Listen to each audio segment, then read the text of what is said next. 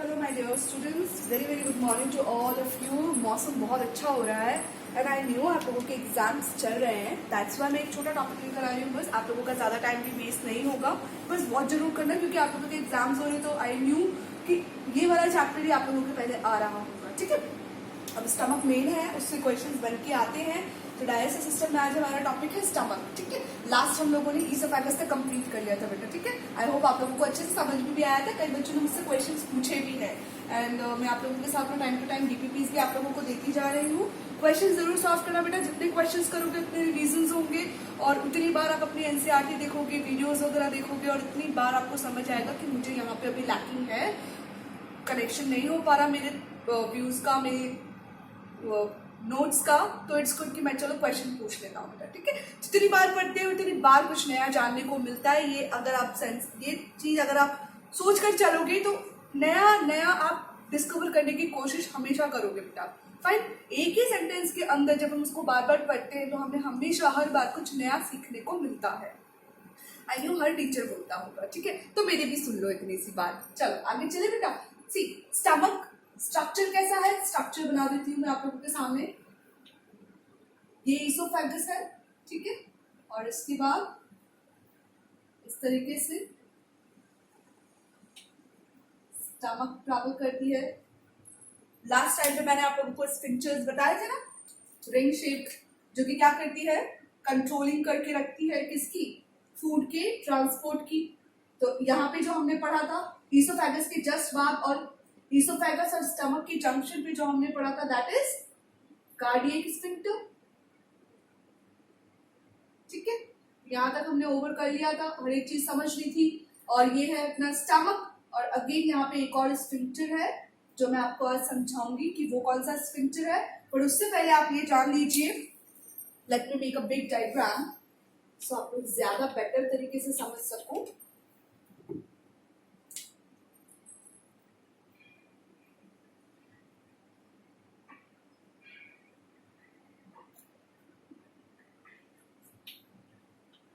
ठीक है, now this is a J-shaped bag-like structure।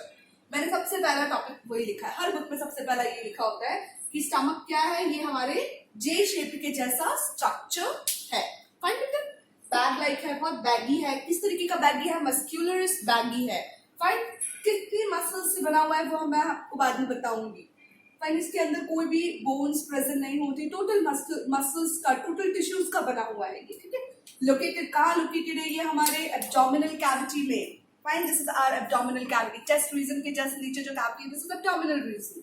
Fine, वहां पे लेफ्ट हैंड साइड की तरफ ऊपर जस्ट डायफ्राग्म के नीचे अपर लेफ्ट पोर्शन पे प्रेजेंट होता है दिस साइड, और राइट हैंड साइड पे क्या प्रेजेंट है, लिवर प्रेजेंट है, ठीक है बेटा। So located at left upper side, fine, at the abdominal cavity. अब इसके 3 पार्ट्स होते हैं बेटा। अब तक हमने क्या जाना, stomach is a total bag like structure, हम स्टमक ही पढ़ के आ रहे थे। बट नाउ अब हमें अपनी जो नॉलेज है उसको और थोड़ा सा इम्प्रोवाइज करना है, हमें और बेटर तरीके से जानना है कि इसको और कितने पार्ट्स में डिवाइड किया गया है। ऐसे यहाँ पे तो कार्डियक स्फिंक्टर था, फाइन। चलिए, तो ये जो रीजन है, this region is called cardiac, fine. इसको हार्ट के कार्डियक टिश्यूज के साथ में मर्ज नहीं करना है बेटा, fine. This region is called cardiac. This region of the stomach is called fundus, and ये वाला जो रीजन है this is called pyloric region. Clear, ठीक है। इतनी चीज समझ आ गई। 3 रीजन पार्ट्स है, कौन कौन से, कार्डियक, फंडस रीजन और पाइलोरिक रीजन। आई होप आप लोगों को डायग्राम बहुत अच्छे से दिख रहा होगा बेटा। Yes, okay. चलो, तो 3 रीजन हमने जान लिए। अब देखो बेटा ध्यान से, cardiac region is the main body of the stomach. Stomach की जो मेन बॉडी होती है वो कार्डियक है, फाइन। फंडस रीजन जो होता है बेटा, ये अपर साइड में जो नॉच निकली हुई रहती है एक स्टमक की, ठीक है, वहां तक फूड नहीं पहुंचता है, वहां पे बहुत सारी रगे मसल्स है, मैं बताती हूँ अभी आपको इस तरीके की, वो एंटायर स्टमक में है। एंटायर स्टमक में जो मसल्स है वो इस तरीके से अंदर इनफोल्डिंग हो रखी है, जिस वजह से पेरिस्टाल्सिस मूवमेंट होता है स्टमक के अंदर, ठीक है। जिसको कि मस्कुलरिस रगे बोला जाता है। ये जो अपर नॉच रीजन है, ये है फंडस, यहाँ पे ज्यादातर गैस फिल रहती है। ठीक है, फूड पार्टिकल्स आ नहीं पाते बिकॉज फूड पार्टिकल्स तो यहाँ से सीधा नीचे की तरफ ट्रैवल करते हैं, नीचे की तरफ पुश कर दिए जाते हैं। तो ऊपर के रीजन में ज्यादातर गैस फिल्ड होती है और कौन सी सेल्स होती है, ग्लैंडुलर सेल्स होती है, जो क्या सिक्रीट करती है, गैस्ट्रिक जूसेस सिक्रीट करती है। ठीक है, म्यूकोसा लेयर्स वगैरह। और जो ये वाला रीजन है बेटा, जहां पे हाइड्रोक्लोरिक एसिड प्रेजेंट रहता है, यहाँ पे क्या प्रेजेंट रहता है, HCl, this region is called pyloric region. ठीक है बेटा, तो ये 3 रीजन। अब जो रीजन कार्डियक के पास में जो स्फिंक्टर था, that is called as cardiac sphincter. इसके अलावा हमने गैस्ट्रोइसोफेगल स्फिंक्टर भी नाम पढ़ा था उसका, या फिर लोअर इसोफेगल स्फिंक्टर भी हमने नाम पढ़ा था उसका। ठीक, पाइलोरिक के पास में अगर प्रेजेंट है कोई स्फिंक्टर, तो this sphincter is called pyloric sphincter. Clear?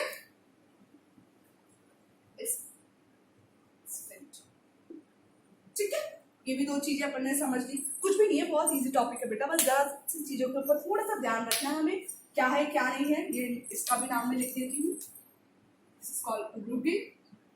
रुगे are the infoldings of the musculars muscles, जो इनर मस्कुलर्स जो सेल्स है, ये जो मैंने आपको नाम लिख रखे हैं, ये सब क्या है, ये मसल्स है जिससे स्टमक बना हुआ है। फाइन, स्टमक की जो वॉल है, लाइक अगर हम स्टमक का टीएस देखेंगे, उसको कट करेंगे, जब हम ट्रांसफर सेक्शन कट करेंगे तो हमें इतनी लेयर्स ऑफ मसल्स हमें दिखाई देंगी। सबसे अंदर जो स्टमक की जो इनर साइड है, ठीक है, इसकी जो फर्स्ट जो मसल्स वॉल है वो है म्यूकोसा, उसके जस्ट बाद सब म्यूकोसा, फिर ओब्लिक मसल्स, फिर सर्कुलर मसल्स, फिर लॉन्गिट्यूडिनल मसल्स और फिर सिरोसा मसल्स। मैं एक हल्का सा एक डायग्राम में आप लोगों को बना के दिखाती हूँ किस तरीके से ये स्टमक की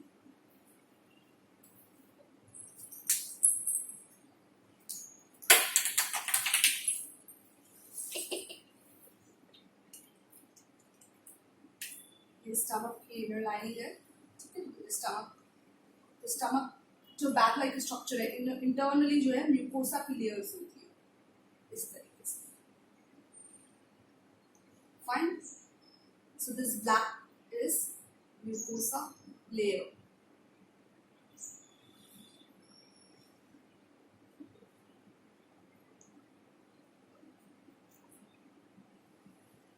ये हमारे एनसीईआरटी में नहीं है बेटा, बट मॉड्यूल्स में जब हम कुछ और बुक्स पढ़ते हैं, रेफर करते हैं, तब हमें ये डायग्राम्स देखने को मिलता है।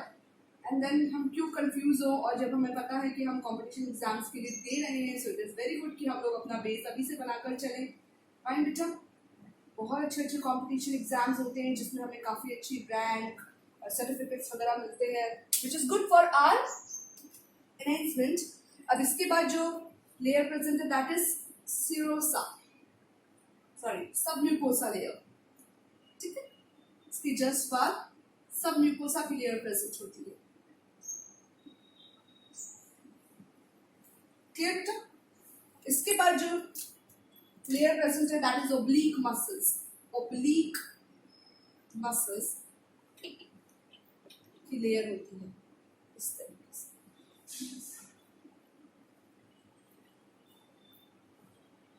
इसमें जो मसल्स का अरेंजमेंट होता है वो कुछ इस तरीके से ट्रांसवर्स रहता है।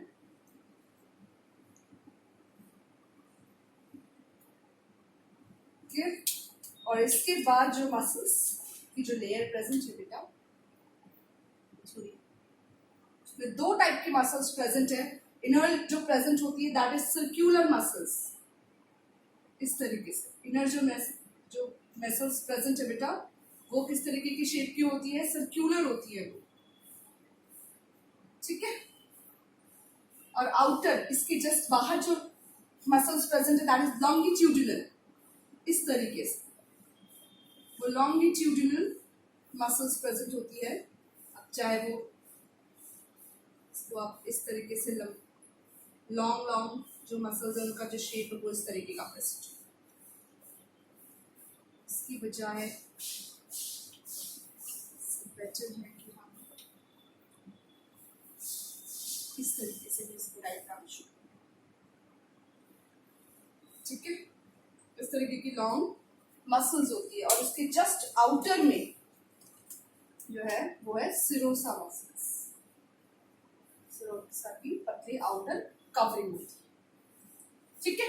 सो इस तरीके से जब हम उस बैग लाइक स्ट्रक्चर को कट करेंगे ना बच्चा, तो हमें इस तरीके का कट्टीएस हमें ट्रांसफर सेक्शन देखने को मिलेगा। इसमें सबसे अंदर में हमें कौन सी मसल्स हमें देखने को मिलेगी? मस्कुलर म्यूकोसा की हमें लेयर देखने को मिलेगी। ये म्यूकोसा लेयर कैसी है बेटा? ये ग्लैंडुलर, ये ग्लैंड है बेटा, अभी मैं आपको आगे जाके बताऊंगी।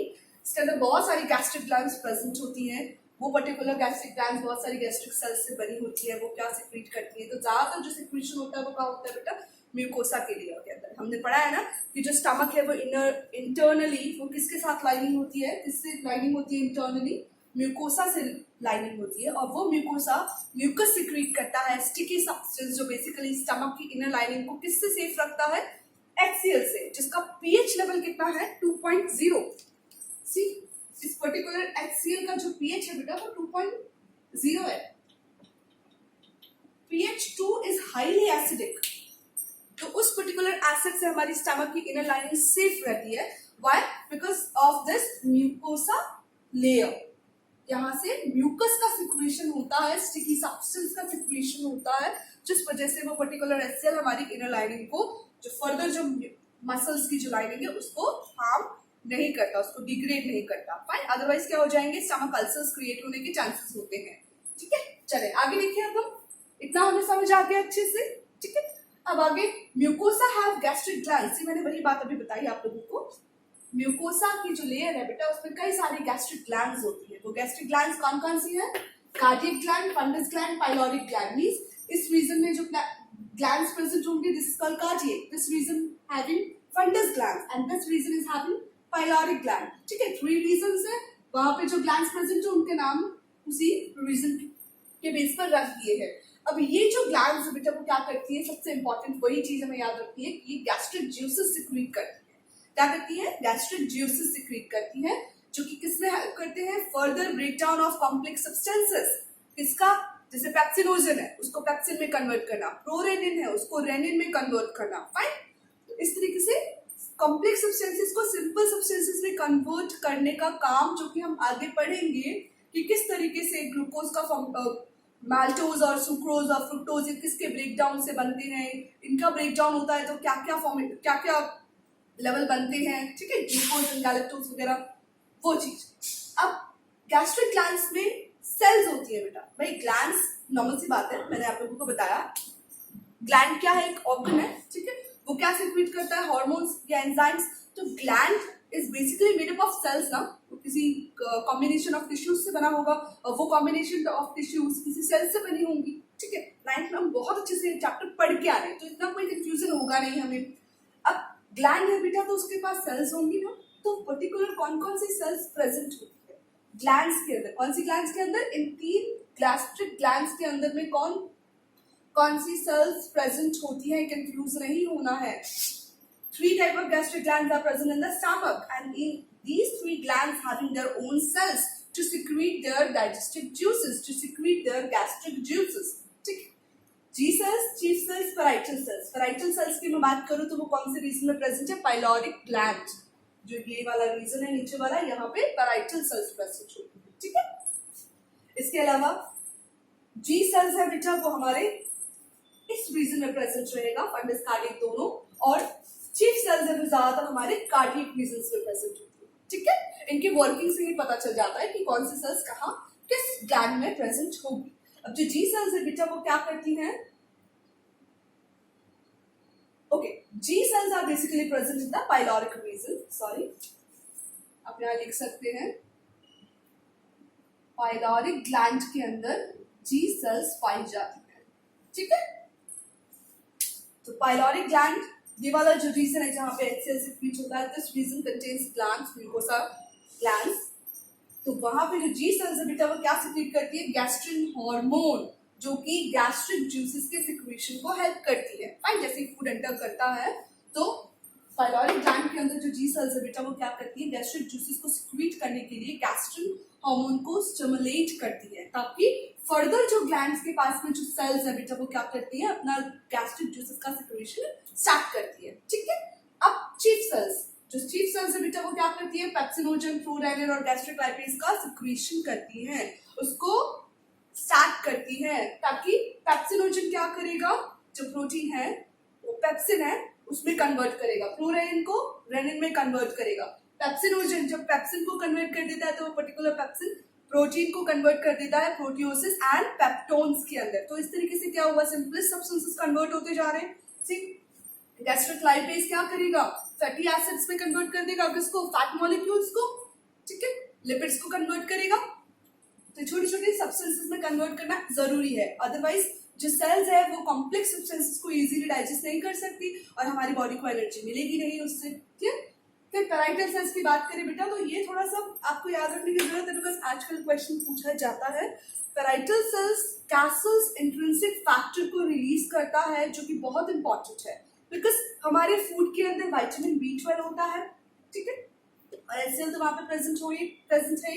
तो इन दोनों के एब्जॉर्प्शन में हेल्प करता है कैसल इंट्रिंसिक फैक्टर, और विटामिन B12 के लिए तो बहुत जरूरी है। अगर पैराइटल सेल्स या तो पर्टिकुलर सेल्स की वर्किंग में कुछ प्रॉब्लम हो गई, ठीक है, तो विटामिन B12 का एब्जॉर्प्शन, एक बहुत अच्छी बात बताऊंगी मैं भी आप लोगों को, विटामिन B12 के एब्जॉर्प्शन के लिए पैराइटल सेल्स के द्वारा कैसल्स इंट्रिंसिक फैक्टर का सिक्रीशन बहुत जरूरी है बेटा, बिकॉज विटामिन B12 ही किसके फॉर्मेशन में हेल्प करेगी, हमारे आरबीसीज के फॉर्मेशन में हेल्प करेगी। अगर विटामिन B12 के एब्जॉर्प्शन में या उसकी प्रेजेंस अगर हमारी बॉडी के अंदर कम हो जाती है तो फर्दर जो बोन मैरोज है वहां से रेड ब्लड सेल्स का फॉर्मेशन में कमी आ जाती है, ठीक है। तो इसलिए बोला जाता है कि हमारे डाइट में विटामिन B12 का भी एक बहुत इंपॉर्टेंट रोल है। अब एक चीज और, समटाइम्स क्या होता है, जैसे कि अल्सर्स हो जाते हैं, ठीक है, क्यों, जस्ट बिकॉज कि यहाँ पे पेलोडिक रीजन में HCl बहुत ज्यादा है, क्या हो गया, बहुत ज्यादा हम एसिडिटी वाला खाना खा रहे हैं, हम बहुत ज्यादा जंक फूड खा रहे हैं जो बोला जाता है कि नहीं खाना चाहिए। धीरे धीरे क्या होता है, गैस्ट्रिक अल्सर्स बढ़ने लग जाते हैं, मतलब स्टमक के अंदर अल्सर्स बढ़ने लग जाते हैं। अब उसका रीजन क्या है, हम बहुत ज्यादा जो एसिडिक खाना खाते हैं बेटा, क्या होगा, फूड जो सेल्स है बेटा, HCl का जो प्रोपोर्शन है वो क्या हो जाता है, फिर बढ़ जाता है, फाइन। अब वो क्या होगा, आप देखो समटाइम्स हमें रिगर्जिटेशन होती है, आपने नोट डाउन किया होगा, हमें वॉमिटिंग आने लग जाती है, तो हमें माउथ तक भी हमें एसिडिटी से फील होती है, खट्टापन सा फील होता है, फाइन। वो मैंने आपको रीजन, उसका भी प्रॉब्लम मैंने आप लोगों को लास्ट क्लास में बता दिया। तो इस तरीके से कंटिन्यूसली ये सब प्रोसेस बार बार होने लगती है तो अंदर की जो म्यूकोसा लेयर्स है बेटा वो डैमेज होने लगती है, फाइन। एसिडिटी का लेवल जब ज्यादा बढ़ जाएगा तो डैमेज होने लग जाएगा, अमोनिया का सिक्रीशन ज्यादा होने लग जाएगा, जो यूरिएज एंजाइम जो सिक्रीशन होता है सेल के अंदर पर्टिकुलर, और जो सेल्स होती है वो यूरिएज एंजाइम जब सिक्रीट करती है तो अमोनिया का फॉर्मेशन होता है, उसकी वजह से क्या होगा, अल्सर्स क्रिएट होने लग जाते हैं। तो इस केस में क्या करना पड़ता है, जब वो केस पर्टिकुलर किसी भी ह्यूमन बीइंग को वो पर्सन को ये केस ज्यादा हो जाता है, तब क्या हो जाता है बेटा कि उसकी गैस्ट्रेक्टॉमी करनी पड़ जाती है। गैस्ट्रेक्टॉमी मतलब स्टमक को रिमूव करना पड़ता है, ऑपरेशन के थ्रू उसको कट करके हटाना पड़ता है, ठीक है। अब वो पर्टिकुलर पर्सन सोचो आप, जिसके अंदर 2 to 3 आवर्स तक फूड प्रेजेंट रहता है, अवेलेबिलिटी रहती है, जब हम जो भी खाना खाते हैं वो तुरंत हमारे ईसोफेगस से स्टमक में नहीं जाता और तुरंत स्टमक से स्मॉल इंटेस्टाइन में नहीं जाता। स्मॉल इंटेस्टाइन तक फूड को जाने के लिए 2 से 3 घंटे लगते हैं, तब तक फूड कहाँ रहता है, स्टमक के अंदर ही पार्शियल डाइजेस्ट होता रहता है। वहाँ पे प्रोटीन का डाइजेशन होता है, ठीक है, वहाँ पे कार्बोहाइड्रेट का डाइजेशन होता है, फैट का डाइजेशन कहाँ स्टार्ट होता है, जब वो यहाँ से फूड ट्रेवल करेगा कहाँ पे, ड्यूodenum रीजन के, जो हम बाद में नेक्स्ट क्लास में पढ़ेंगे।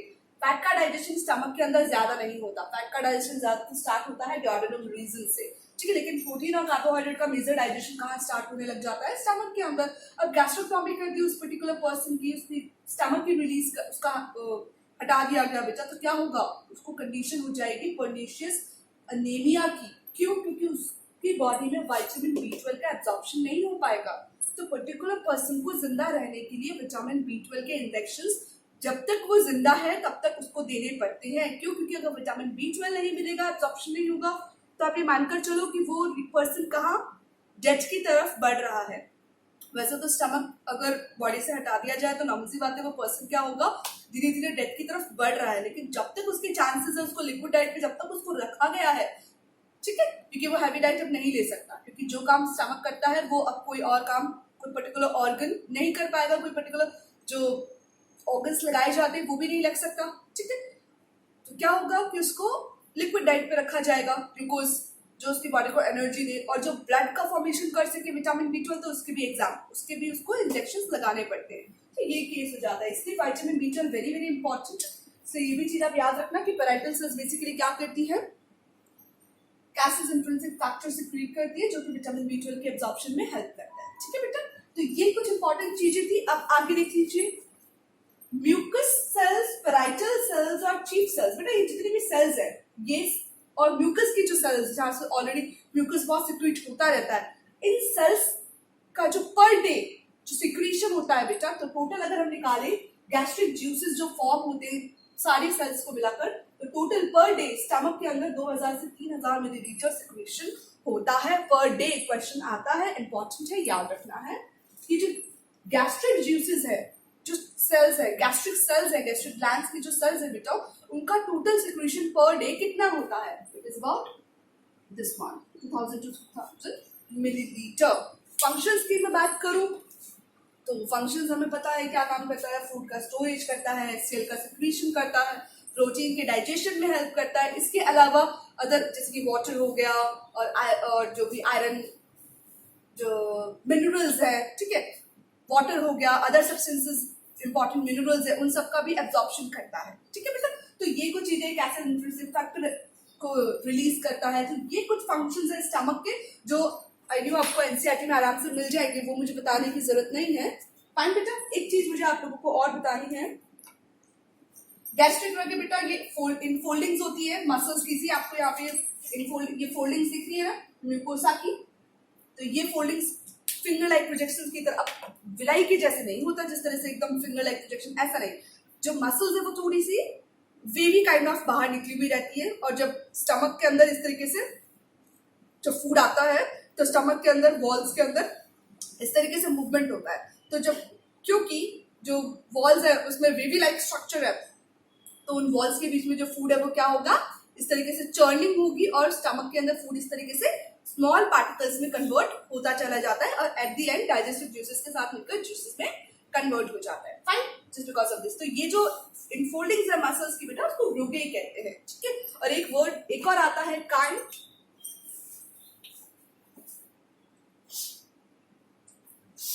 काइम का मतलब होता है बेटा, देखो जो फूड बॉलस है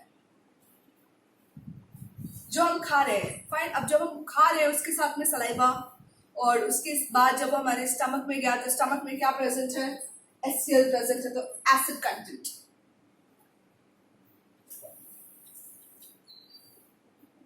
ठीक है। तो food bolus plus acid content जब मिक्स होता है स्टमक के अंदर, जब ईसोफेगस से फूड क्या हो गया स्टमक के अंदर गया, तो food bolus containing salivas inside it, है ना।